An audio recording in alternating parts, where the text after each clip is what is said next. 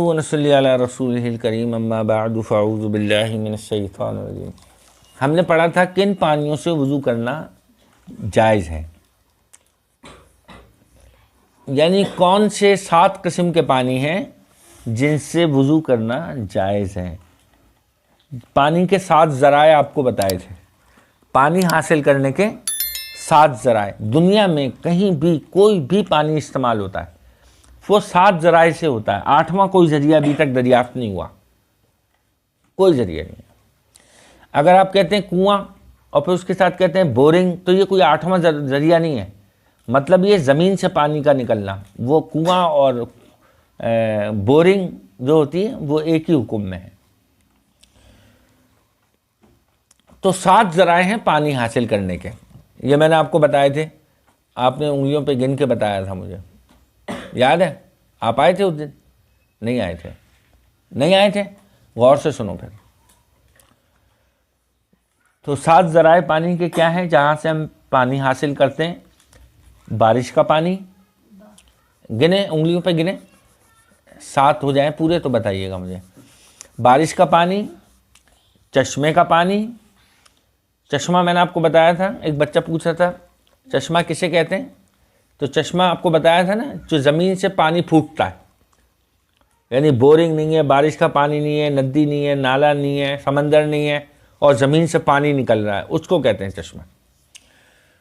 تو بارش کا پانی، چشمے کا پانی، برف کا پانی۔ برف کون سا پانی؟ برف باری جو ہوتی ہے، جب وہ پگھل جاتی ہے تو پانی میں تبدیل ہو جاتی ہے، ٹھیک ہے۔ سمندر کا پانی، تالاب کا پانی، بڑے تالاب کا پانی یا بڑے حوض کا پانی، ان سب پانیوں سے غسل اور وضو کرنا جائز ہے، ٹھیک ہے۔ اچھا، کس قسم کے پانی سے وضو کرنا یا غسل کرنا جائز نہیں ہے؟ پانی کی وہ کون سی قسمیں ہیں جس سے غسل کرنا یا وضو کرنا جائز نہیں ہے؟ پھل اور درخت کا نچوڑا ہوا پانی، یعنی شربت ٹائپ۔ شوربہ یعنی سالن جس کا رنگ، بو، مزہ کسی پاک چیز سے مل جانے کی وجہ سے بدل گیا ہو اور پانی گاڑھا ہو گیا ہو۔ ایسا پانی جو تھوڑا ہو اور اس میں کوئی ناپاک چیز گر گئی ہو، یعنی پانی زیادہ ہے اور اس میں کوئی حلال چیز گر گئی ہے تو اس پانی سے جائز نہیں ہے، زیادہ ہو مگر، اور پانی کم ہو اور اس میں کوئی حرام چیز گر گئی ہو تو اس سے غسل وضو جائز نہیں۔ یا کوئی جانور گر کے مر گیا ہو، ایسا پانی، وہ پانی جس سے وضو یا غسل کیا گیا ہو۔ ایک وہ پانی ہے جس سے غسل یا وضو کیا گیا ہو۔ آپ سوال ذہن میں رکھیں، سوال آپ ذہن میں رکھیں گی تو آپ کو جواب سمجھ میں آئے گا کہ یہ کہہ رہے ہیں کہ کس قسم کے پانی سے وضو کرنا جائز نہیں ہے۔ وہ کون سے پانی ہیں، کتنے قسم کے پانی ہیں جن سے وضو کرنا یا غسل کرنا جائز نہیں ہے، ٹھیک ہے۔ یہ سوال ہے، سوال سمجھ میں آ گیا؟ سب سوال جب تک سمجھ میں نہیں آئے گا تو جواب آپ کو سمجھ میں نہیں آئے گا۔ سوال اور جواب کا ربط ہوتا ہے، تعلق ہوتا ہے، ٹھیک ہے نا۔ اب میں کہوں آپ کا نام کیا ہے، اب اتنے سارے بچے بیٹھے ہیں نا، میں پوچھوں آپ کا نام کیا ہے تو سب بچے سوچیں گے کہ کس سے پوچھ رہے ہیں۔ اگر میں کہتا آپ سب کا نام کیا ہے تو آپ سمجھ جاتے کہ ہم سب کا پوچھ رہے ہیں۔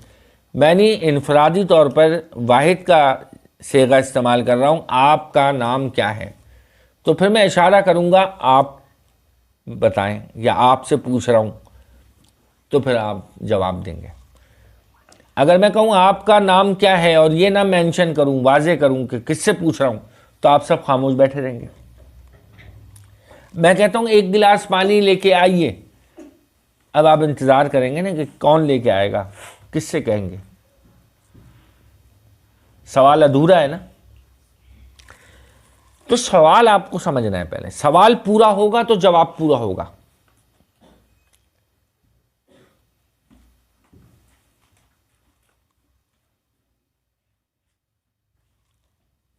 صحیح سوال کرنا بھی کمال ہوتا ہے، پتہ ہے آپ کو؟ صحیح سوال پتہ ہے کون سا بچہ کرتا ہے، کون سا شخص کرتا ہے صحیح سوال؟ جو بہت ذہین ہوتا ہے. جو ذہین ہوگا نا وہ صحیح سوال کرے گا. سوال کرنے کا بھی ایک ڈھنگ، طریقہ، سلیقہ ہوتا ہے. اچھا، تو سوال یہ ہے کہ کس قسم کے پانی سے وضو کرنا، غسل کرنا جائز نہیں ہے، درست نہیں ہے. اس میں ایک بتایا پھل اور درخت کا نچوڑا ہوا پانی، شوربہ یعنی سالن، وہ پانی جس کا رنگ، بو، ذائقہ کسی پاک چیز کے مل جانے کی وجہ سے بدل گیا ہو، اور وہ پانی جو گاڑھا ہو گیا ہو، ایسا پانی جو تھوڑا ہو اور اس میں کوئی ناپاک چیز گر گئی ہو، اس سے بھی غسل وضو صحیح نہیں ہے. یا کوئی جانور گر گیا ہو، وہ پانی جس سے غسل کیا گیا ہو یا وضو کیا گیا ہو، یہ ایک دوسری قسم ہے. سمجھ میں آیا کسی کے؟ یہ ساری بتا رہے ہیں یہ پانی ہے، ان سے غسل وضو کرنا جائز نہیں ہے. اس میں ایک پانی یہ آیا کہ وہ پانی جس سے غسل یا وضو کیا گیا ہو، اس پانی سے بھی دوبارہ غسل وضو کرنا جائز نہیں ہے. جیسے مثال کے طور پہ ایک بالٹی رکھتی جائے، نل سے پانی گر رہا ہے اور آپ نے وضو کیا اور پانی بالٹی میں مستقل گر رہا ہے اور درمیان میں آپ وضو کر رہے ہیں. اب وہ بالٹی آدھی یا پوری بھر گئی. اب وہ پانی سے آپ غسل نہیں کر سکتے. وہ پانی کیا کہلاتا ہے؟ اس پانی کا نام ہے کیا ہے؟ اس پانی کا نام ہے مستعمل پانی. مستعمل پانی سے غسل یا وضو کرنا جائز نہیں ہے. کس پانی سے؟ مستعمل پانی سے. مستعمل پانی کسے کہتے ہیں؟ استعمال شدہ. استعمال سے بنا ہے مستعمل. استعمال شدہ پانی سے غسل یا وضو کرنا جائز نہیں ہے. کسی پانی میں ہاتھ منہ دھویا کسی نے، اس کا بچا ہوا پانی اس سے نہیں جائز، یعنی فریش پانی ہونا چاہیے. اب ایک بالٹی ہے، اس میں پانی رکھا ہوا ہے اور ایک آدمی اس میں ہاتھ ڈال کے پانی نکال رہا ہے اور وضو کر رہا ہے. اس پانی سے وضو جائز نہیں ہوگا، چونکہ وہ جو بار بار ہاتھ ڈال رہا ہے نا، اس سے پانی مستعمل ہو گیا، پانی استعمال شدہ ہو گیا. وہ پانی مستعمل کہلائے گا. اس سے بھی پانی سے وضو یا غسل جائز نہیں ہے. ٹھیک ہے. اور وہ پانی جس پر نجاست کا اثر غالب ہو، وہ پانی جس میں گندگی کا اثر غالب ہو، یعنی تھوڑی گندگی اس کے اندر شامل ہوئی ہے اور پانی زیادہ ہے تو ہو جائے گا. اگر پانی کم ہے اور اس میں کوئی گندگی شامل ہو گئی تو غسل نہیں ہوگا.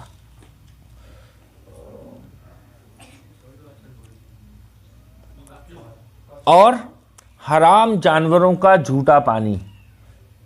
کسی برتن میں پانی رکھا ہے، اس میں کوئی حرام جانور، جتنے حرام جانور ہیں وہ منہ ڈال لیتے ہیں یا اس میں سے پانی پی لیتے ہیں. اب وہ ایک حرام جانور کا جھوٹا پانی ہے، اس سے بھی غسل وضو جائز نہیں ہے. حرام جانوروں کا جھوٹا پانی، ٹھیک ہے. اس کا مطلب ہے حلال جانور کا جھوٹے پانی سے غسل یا وضو ہو سکتا ہے. گائے، بھینس، بکری، ہرن، جتنے بھی حلال جانور ہیں وہ پانی پی لیتے ہیں کسی برتن سے، اس کا بچے ہوئے پانی سے غسل وضو ہو سکتا ہے. ٹھیک ہے. اور حرام جانور کے جھوٹے پانی سے غسل وضو نہیں ہو سکتا. یہ زندگی میں آپ کو کام آئیں گے یہ مسائل، پتہ ہے یہ بہت اہم مسائل ہیں. ایک پانی یہ ہو گیا، ایک مستعمل پانی، استعمال شدہ پانی، یوزڈ پانی. ایک حرام جانوروں کا جھوٹا پانی، غسل نہیں ہوگا. اور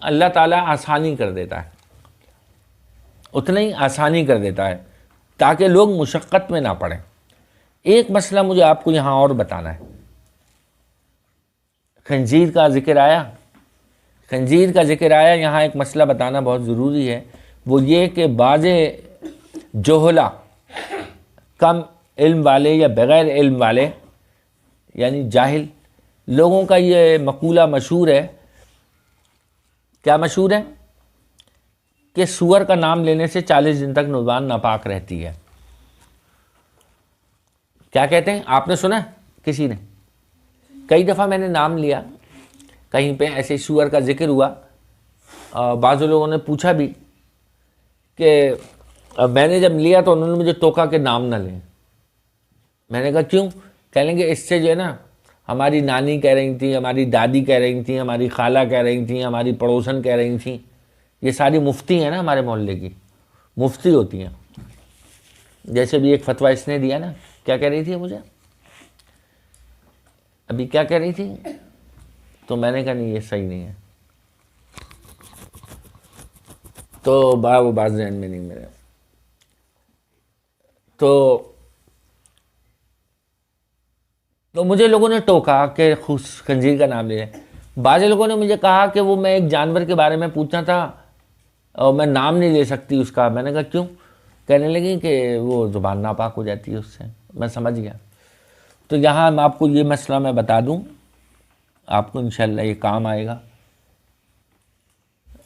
کہ سور کا یا خنزیر کا نام لینے سے زبان ناپاک نہیں ہوتی، لفظوں سے کوئی زبان ناپاک نہیں ہوتی۔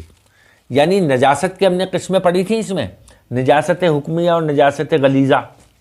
نجاست ناپاکی، بول و براز وغیرہ میں نے آپ کو بتایا تھا، خون، بہتا ہوا خون، پیپ، کیا سمجھے، شراب، تو ان چیزوں سے ناپاکی ہو جاتی ہے۔ تو یا کچھ خاص قسم کی عبادات کرنے کے لیے غسل وغیرہ کی ضرورت ہوتی ہے، وضو کی، وہ نجاست حکمیہ کہلاتی ہیں۔ تو لفظوں سے ناپاکی نہیں ہوتی۔ لفظوں میں کیا ناپاکی ہے؟ لفظوں کو غلط، جیسے مثال کے طور پہ کوئی وضو سے ہو، وضو سے ہو، مسئلہ ہے یہ ہدایہ میں لکھا ہوا ہے، کوئی وضو ہو، وضو سے ہے بندہ اور اس نے منہ سے اس کے گالی نکل گئی، یا اس نے کوئی غیبت کر لی، اس نے بہتان لگا دیا کسی پر، کسی کی چغلی لگا دی، یہ سب گناہ کبیرہ ہیں، بڑے گناہ ہیں، لیکن وضو نہیں ٹوٹے گا، نہ غسل کی ضرورت پڑے گی نہ وضو کی، چونکہ یہ لفظوں میں ناپاکی نہیں ہے۔ بہت سارے غلط مسئلے ہمارے معاشرے میں چل رہے ہیں، غلط مسئلے ہیں، اور لوگ اس کو صحیح سمجھتے ہیں، تو اس کی تصحیح درستی کی بہت ضروری ہے۔ جیسے لوگ کہتے ہیں کپڑے بدلنے سے وضو ٹوٹ جاتا ہے، چونکہ جسم برہنہ ہو جاتا ہے، ننگا ہو جاتا ہے، یہ غلط بات ہے، نہیں ٹوٹتا۔ ایک آدمی وضو سے ہے، اس نے کپڑے بدلے تو وہ نماز پڑھ سکتا، قرآن کی تلاوت کر سکتا۔ بعض لوگ کہتے ہیں کہ آئینہ دیکھنے سے وضو ٹوٹ جاتا ہے، بعض لوگ کہتے ہیں کہ ٹی وی دیکھنے سے، مووی ڈرامہ دیکھنے سے وضو ٹوٹ جاتا ہے۔ نہیں، مکروہ ہو جاتا ہے، کراہت پیدا ہو جاتی ہے، لیکن وضو صحیح ہوتا ہے، اس سے غسل وضو کر سکتا ہے۔ تو میں آپ کو مسئلہ یہ بتا رہا تھا کہ یہ جو کہتے ہیں کہ سور کا نام لینے سے، خنزیر کا نام لینے سے زبان ناپاک ہو جاتی ہے، یہ مسئلہ صحیح نہیں ہے، یہ سراسر غلط ہے۔ اب دیکھیں میں آپ کو بتاؤں، میں ایسے لوگوں کو مثال دیتا ہوں کہ اگر خنزیر کہنے سے یا سور کہنے سے وضو ٹوٹ جاتا ہے، زبان ناپاک ہو جاتی ہے، اگر اس مسئلے کو صحیح تسلیم کر لیا جائے تو اس قرآن کے صفحے کا آپ کیا کریں گے جہاں سور کا نام لکھا ہے، انما الحرم المیتۃ والدم ولحم الخنزیر؟ تو جب کہنے سے آپ کا وضو کسی کا ٹوٹ جاتا ہے، زبان ناپاک ہو جاتی ہے، تو خنزیر لکھنے سے تو زیادہ ہو جائے گی، کیونکہ لفظوں کی کوئی شکل تو نہیں ہوتی، لفظ تو ہوا میں نکل گئے۔ لیکن اگر آپ نے کہیں لکھ دیا تو وہ جگہ ناپاک ہو جانی چاہیے، ناپاک ہو جانی چاہیے نا۔ اگر آپ نے کسی جگہ لکھ دیا وہ کاغذ ناپاک ہو گیا. تو یہ جو قرآن میں خنزیر کا لفظ آیا ہے تو کیا وہ جگہ نعوذ باللہ ناپاک ہو گئی؟ یا حدیثوں کے اندر سینکڑوں دفعہ خنزیر کا نام آیا ہے. لفظوں سے کوئی جگہ ناپاک نہیں. ایک آدمی کوئی بہت بری گندی گالی یا کوئی گندا لفظ لکھ دے کسی کاغذ پہ تو کیا وہ کاغذ ناپاک ہو جائے گا؟ نہیں، کیونکہ وہ تو روشنائی ہے، وہ تو روشنائی ہے، اس سے آپ نے لکھ دیا تو وہ روشنائی پاک ہے تو صفحہ پاک رہے گا. وہ حرکت غلط ہے. آپ نے منہ سے کچھ غلط بات کہی، غیبت کی، تو اس کا الگ گناہ ہے، وضو پہ اس کا اثر نہیں پڑے گا. ٹھیک ہے، سمجھ میں آ گیا؟ کس کس کو سمجھ میں آیا؟ سارا نہیں، سارا کس کس کو سمجھ میں آیا؟ آیان کو آیا بھائی، ماشاءاللہ، بڑی بات ہے اگر سارا آیا. اچھا، آدھا کس کو سمجھ میں آیا؟ آدھا آیا، آدھا نہیں آیا. اچھا، آدھا والے زیادہ ہے. اچھا، کوئی ایسا بچہ ہے جس کو کچھ بھی سمجھ میں نہیں آیا؟ کوئی میری طرح کا کچھ بھی نہیں آیا؟ اچھا، چلو. بارہ مسئلے جو ہوتے ہیں مشکل ہوتے ہیں، یہ سمجھتے سمجھتے آتے ہیں. اس لیے میں ایک دن پہلے کا مسئلہ دوبارہ دہرا دیتا ہوں. لیکن اگر آپ کو اس میں سے میں کوئی آپ کو 15-20 منٹ بات کرتا ہوں کسی مسئلے پر یا 2-4 مسئلوں پر، اس میں سے اگر آپ کو 100 میں سے 100 میں سے آؤٹ آف 30 بھی سمجھ میں آ گئے تو بہت ہے. اگلے دن دہرائیں گے تو یہ 30-50 ہو جائے گا. صحیح ہے. پھر آپ کا اس کا امتحان ہوگا، آپ اس کو دوبارہ یاد کریں گے، مذاکرہ کریں گے، تو پھر یہ 70-80 پہ چلا جائے گا. اور جیسے جیسے پھر آپ بڑے ہوں گے پھر یہ مسئلے آپ کو پورے صحیح سمجھ میں آ جائیں گے.